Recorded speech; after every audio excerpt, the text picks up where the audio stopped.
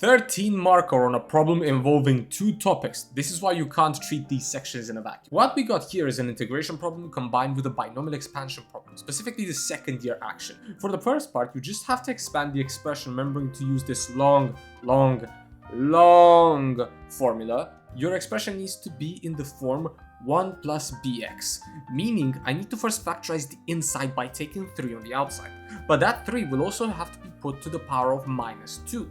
Meaning 1 over 3 squared times by, open bracket, 1 plus x over 3, close bracket, to the power of minus 2. At this point, it's just a matter of using the formula. The place where I noticed my students making a lot of mistakes is not taking the coefficient of x into account, meaning that they would do x squared rather than x over 3 squared. Expanding it out only up to the third term, I don't know why I expanded further, will grant you the first 4 marks. Easy dubs. Next is using algebraic integration to find an estimate of this. The keyword here is estimate because they don't want you to just integrate this expression. They want you to integrate the binomial expansion and insert the limits. But more specifically, be aware it is your binomial expansion times 6x. That could lead you to lose some mark. If you do it correctly, you should get 0.03304. Not hard per se, so you just need to really be sure what you're integrating for, and be specific. Lastly, using algebraic integration, find the exact value of your integral.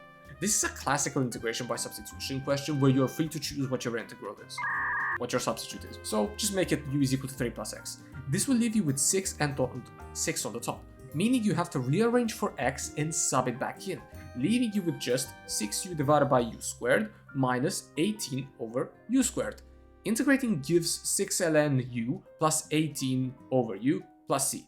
At this point, you could sub stuff back in, but that's too much work. Instead, work out the limits in terms of u, so the u limit is 0.4 plus 3, from the formula x plus 3 is 3.4 for the first one, and the other one is 3.2.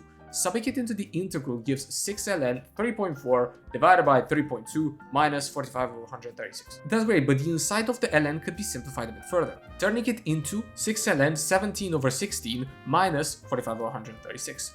Although you don't know the answer for sure, you're not sure if the answer is correct, you can compare this exact value with the one from the estimation from before.